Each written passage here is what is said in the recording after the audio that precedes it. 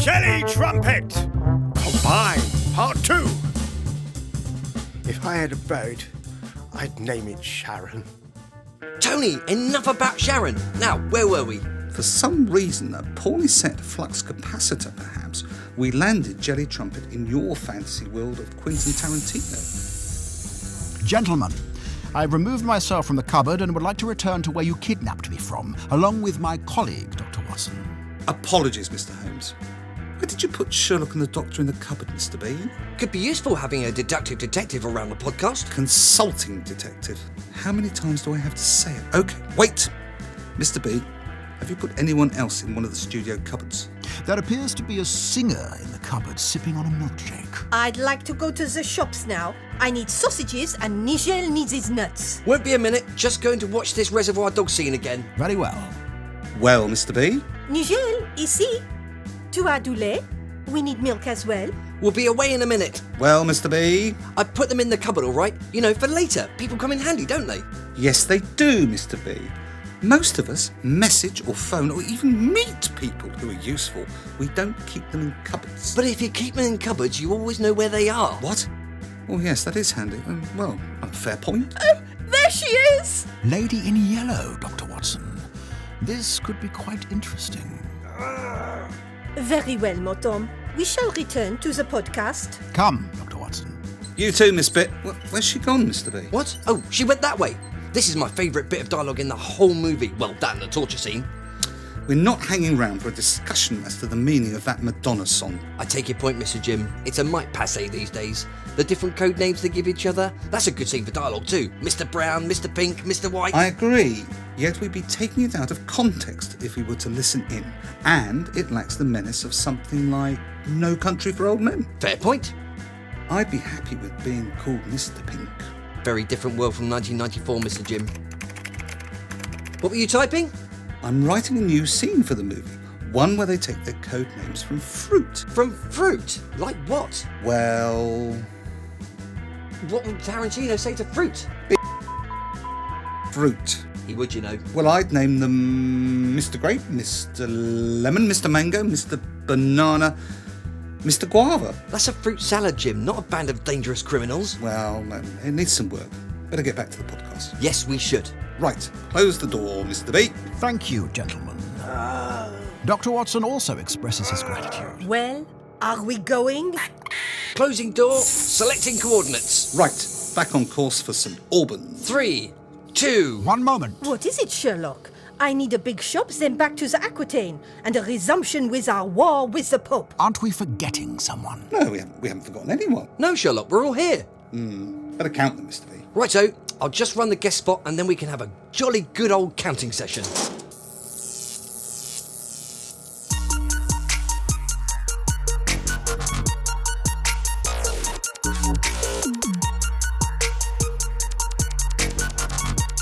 Interview countdown.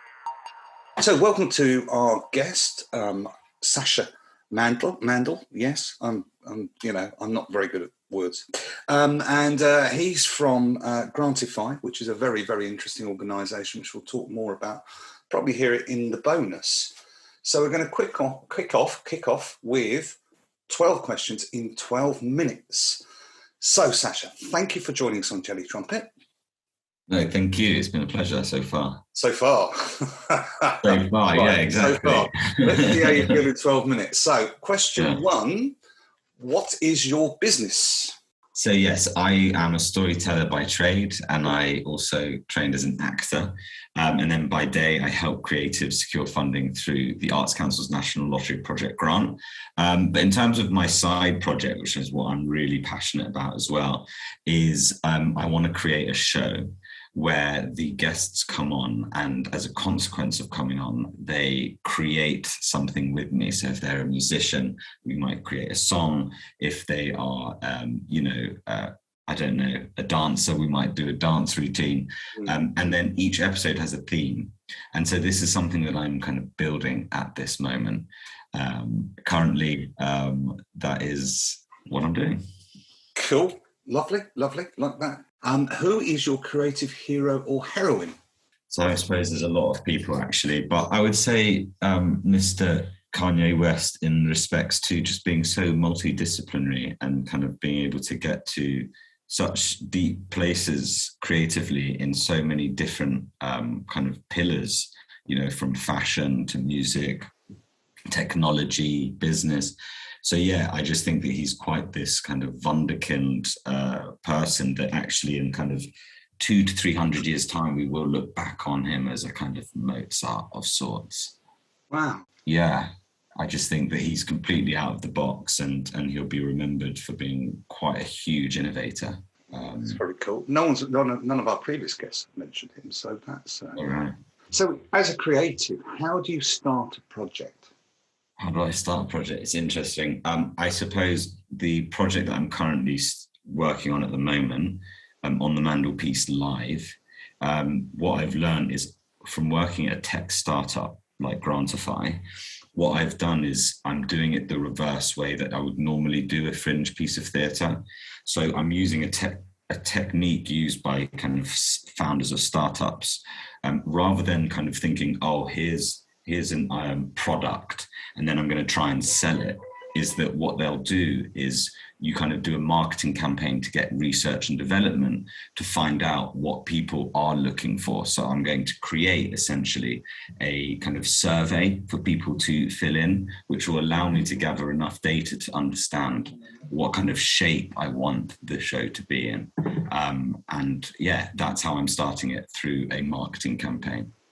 That's a very unique approach. I like the idea of that. Question 4 is, to what degree do you map out that project? That's an interesting one. At the moment, I've found this really great piece of software called Miro, Miro.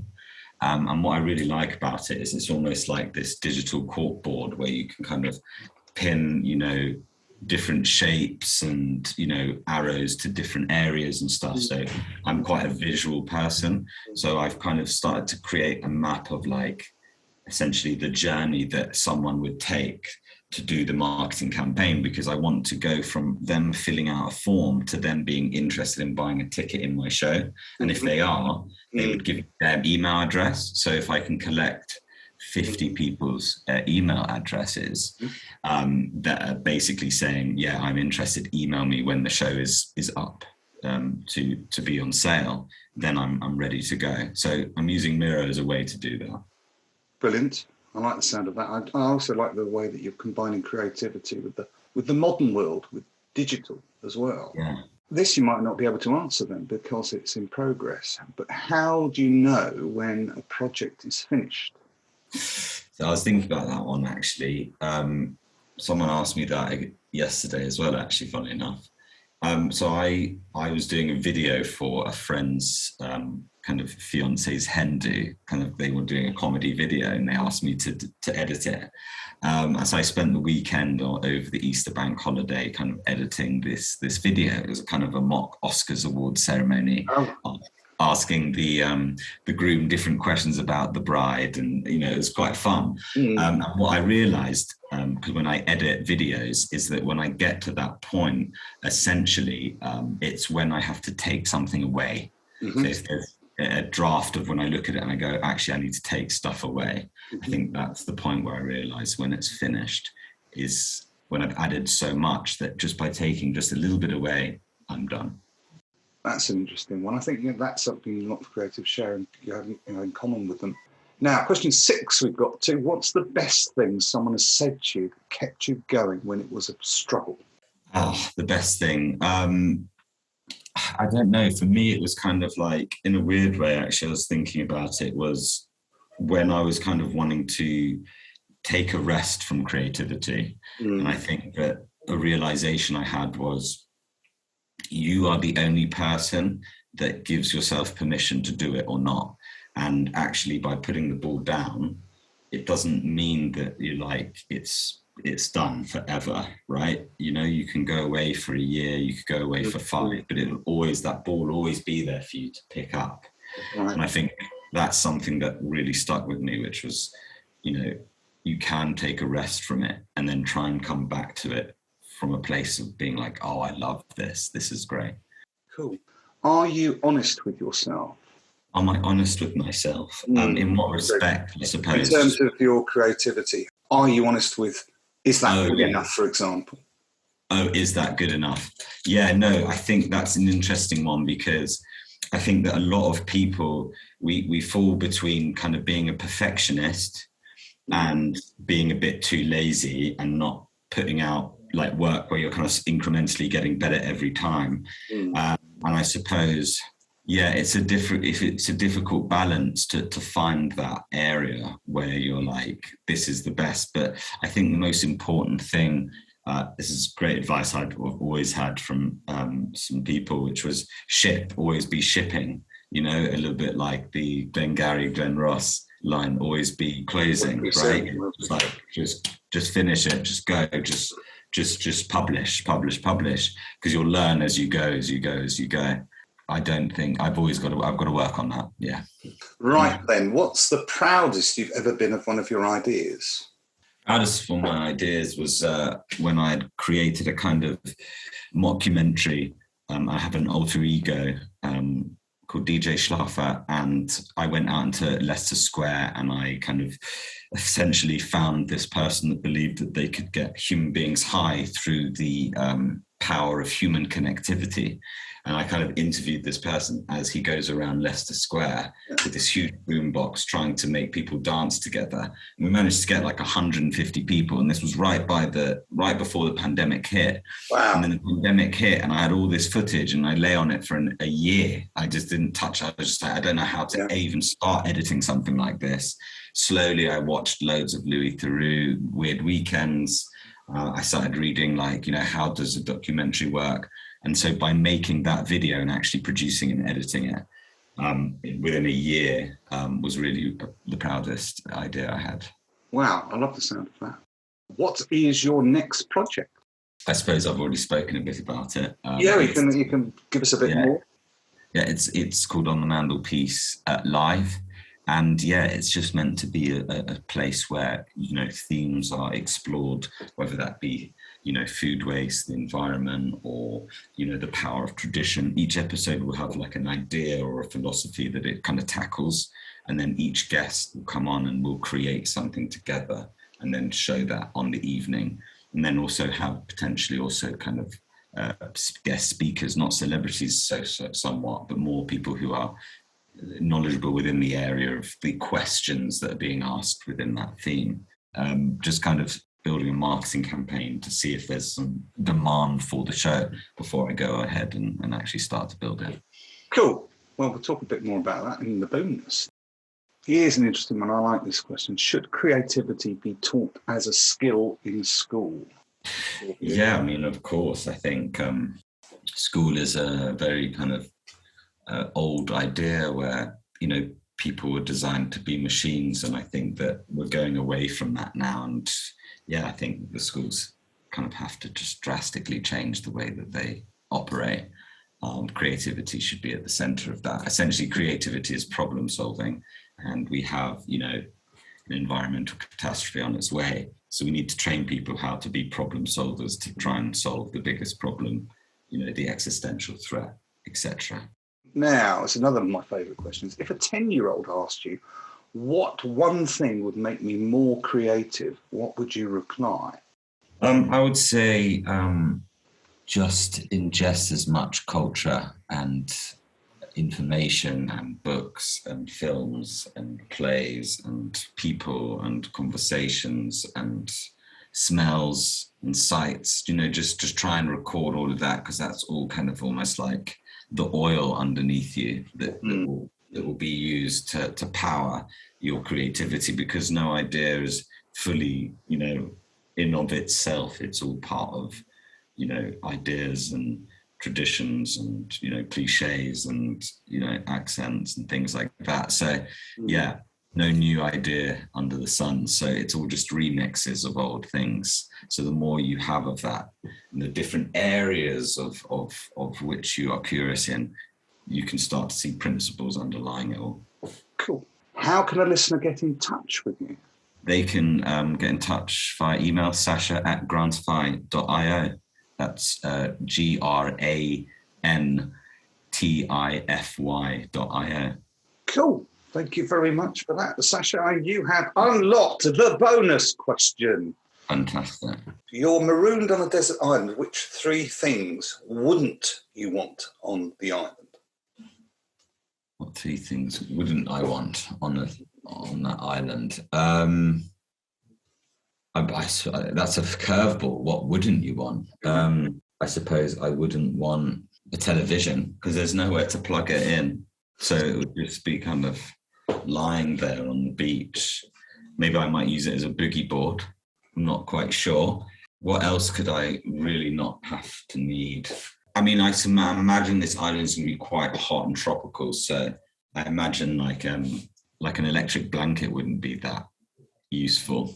I just think that it would just kind of get soggy and, again, there's no electricity. So it's just soggy kind of non-electric blanket. What else is there?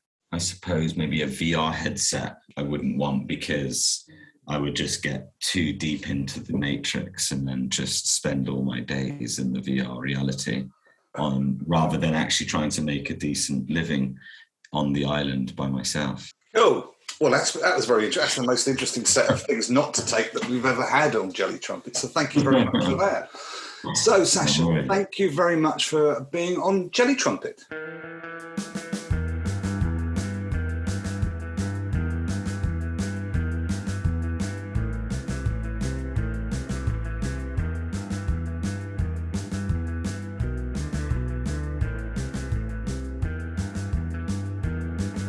Seven, 8, there we are.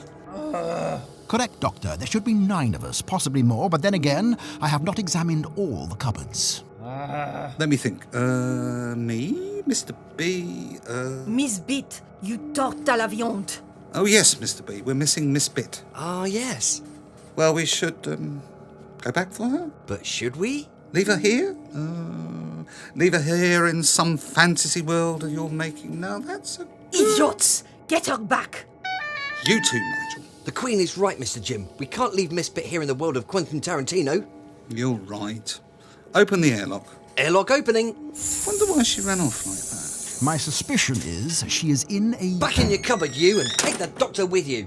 Why did you do that, Mr. B? I was tidying up. Can't have Sherlocks all over the place. I see. Now what? Challenge Jim! Each episode, we challenge Jim with a creative exercise. I'm ready. The challenge this episode, Mr. Jim, is to combine a fairy tale with any of the coolest brands you know. Cool And brands. we're off. Cool brands, eh? Let's think.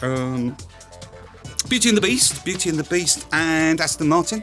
So you can have Beauty and the Aston Martin because the Aston Martin is a bit of a beast. Yeah, okay, all right, I'm failing. Right, Yep. I'll keep going. The Keep Emperor's going. new Apple. So where's the Emperor? And he's got a iPhone 3GS.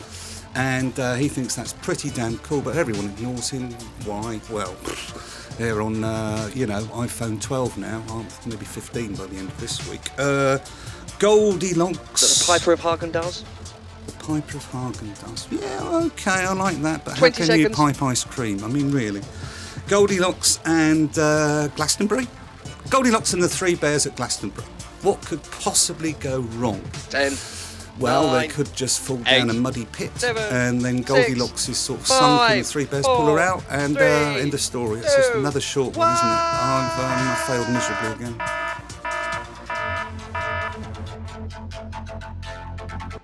Tony's word of the episode. Tony's word of the episode. Tony's word of the episode. Gyllenhaal. Thank you, Tony. The definition of which is what Gillian Anderson has behind her front door. Are you sure, Jim? No, you're right. This feature's getting worse. Tony's word of the episode. Tony's word of the episode.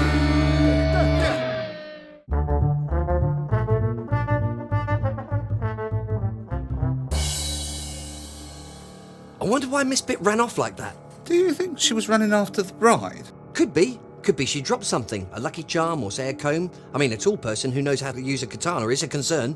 It is. We'll go this way. Why, Your Majesty? Nigel has her scent. Oh, yes, Nigel the sniffer squirrel. He can smell disappointment, can he? The hint of coconut. Nigel, lead the way. Mr. B, is C-Mac armed? C-Mac is armed, Mr. Jim. Oh, isn't that Bruce Willis on a motorbike? Yes, it is, and that's Ving Rhames. And look! Oh, God, no. Oh, what is it, Mato? Let's take stock. Good idea. I think we should leave Miss Bit to this Tarantino fantasy. Get back in the podcast. Get back to St. Albans. That hurt, Your Majesty. Just a suggestion, you know. Oh, stop sulking, the pair of you. You are podcast makers, not proud boys. Sorry. We're really... Oh, stop apologising. Move. Let's follow Nigel. C-Mac? I sent C-Mac out on point. He'll message if he sees anything. Great. Small point, Mr. Jim. Shh. You didn't write this, did you? No. Shh. It's out of my hands. Could be interesting then, like an experiment. Yeah, like a fantasy. What? Shh. I'm a bit scared. This is fun. I hope we get to meet Mr. Wolf. Oh, we could all do with a Mr. Wolf. Imagine that. The fixer, the cleaner. No more messy encounters. No more broken relationships. Everyone just gets cleaned. Yes, everything messy is magicked away. Boys, I don't like the sight of blood, but in your case, I am willing to get a mop out. That's the scene with Travolta and Samuel Jackson in the car with that boy sitting on the back seat. Remember what happens next? What? Let's follow them. Was that necessary? C-Mac, report location. I've always wanted to say this. Yes, do it. Mr. B, follow that car.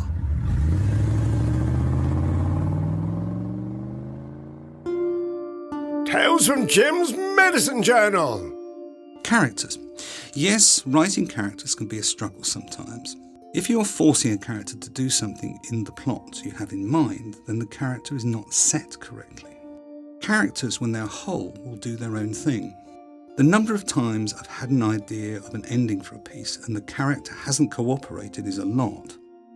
I like to have an ending to aim for, but I'm willing to change it. Having an ending in mind is useful as you have a target. And as mentioned, characters you thought would do one thing become bloody-minded and do their own thing. So how do you know if your character is set?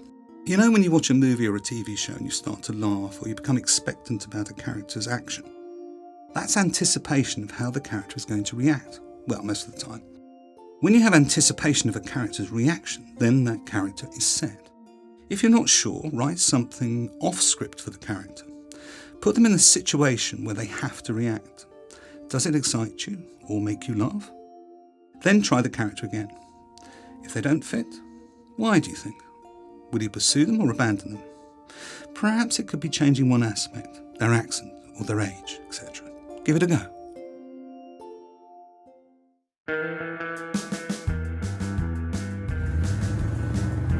Don't get too close, Mr. B.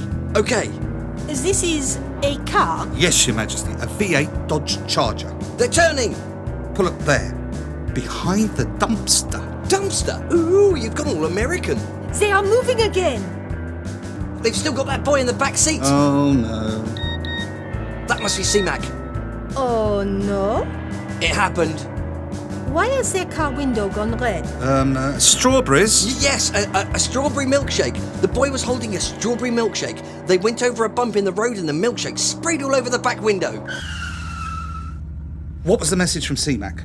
He says time to run the micro sitcom, and he's found Miss Bit. Running micro sitcom now.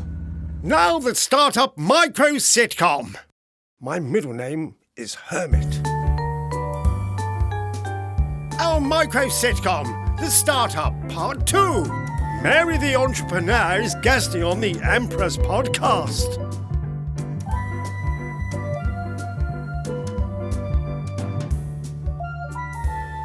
John, why does your coffee machine have a skull and crossbones on its display? Well, that's odd. Now, ladies, a slight hiccup, listeners. The Empress podcast is coming to you live this morning. Sorry, folks, a little problem with the coffee machine. Warning. We have control of your coffee machine, John. Now all we need is 2 bitcoins and you may drink your favourite Americano. John, are you listening? Bev, would you do something, please? I'll pay, not the coffee machine, not again. Oh, we'll just pull the plug like this. Rebooting. Nice try, John. Open the pod bay doors, John. Well, while we're sorting that out, Mary, why is Babymaker your brand name? Oh, it's an abbreviation. John, listen to me, John. I'll give it a few whacks with my shoe. So, Babymaker is your second venture this year, I believe. Easy Daisy, give me your answer due. I'm half crazy, all for the love of... Happy landings, Natasha. Thank you, ladies. Oh, but we're no ladies. Well, not for you anyway. Oh, well, I've had quite enough. Prosecco, Bear. Prosecco, Mary.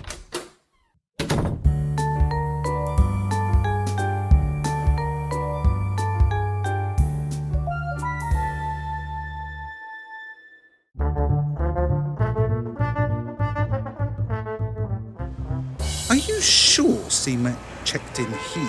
What the? Oh, it's Bruce Willis. The movie is out of sync then. Willis doesn't appear till later. Is it because Miss Bit has got into the plot? Kel? I don't think so. C-Mac says corner of 5th and Lexington. That's where we are. No sign of her. Are we going to wait here? What's C-Mac doing? I can send Nigel. C-Mac isn't responding. Some sort of interference. I can send Nigel. Right, we wait till C-Mac is in range. Okay. Right. Oh. Where are the Queen and Nigel going? I don't know. We can't leave them. Do you think they might get hurt? No. Well, maybe. We'll have to follow them. We have to follow. C-Mac, run audio. List of the week. This week, things I do on Mondays. Number 1, wake up, curse the day. Number 2, get up, curse the day. Number 3, have a mug of hot water with fresh lemon juice. Number 4, eat breakfast, shower and dress. Number 5, wonder what Kate Blanchett is doing this morning. Number 6, plan something laden with potatoes to eat tonight. Number 7, wonder if there's a Big Bang Theory I've not seen. Number 8, work some more, wonder what the world would be like without computers. Number 9, worry about something. Number 10, eat a lot of carbs and not go to the gym. Number 11, to bed with a book and some hope for brighter tomorrow.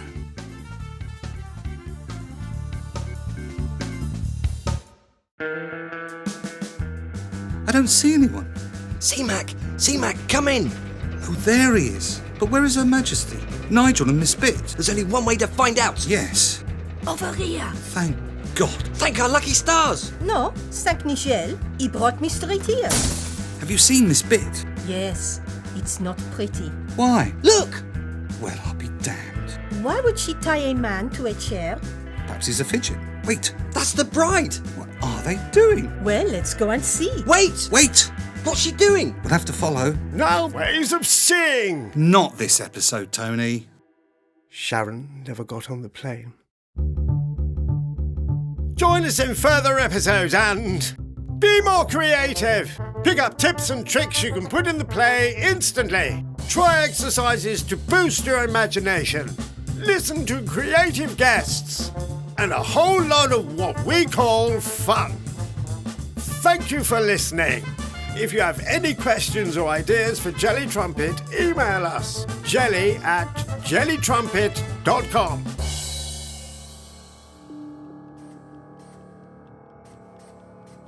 That was close. Very close, Mr. B. Much like the last episode. You were epic. Couldn't have done it without Mr. Wolf. Nice chap. He sorted everything so quickly. And Bruce, the way he rode in on that motorbike, total Travolta and Jackson with a barrel of a shotgun. Oh, heroic.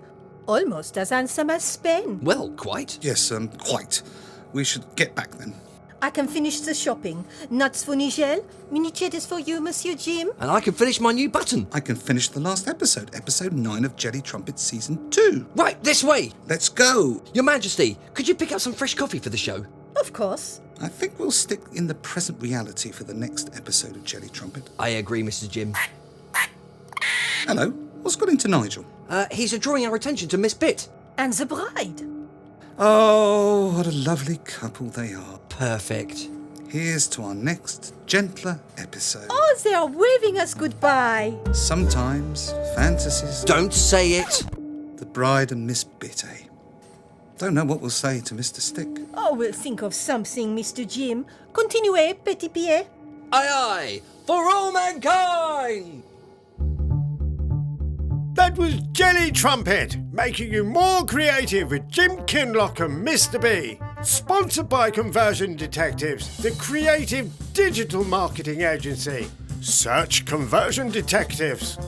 Thank you for listening. Thank you for all those that encourage Jelly Trumpet. Thank you to Mr. Tony for the voice work.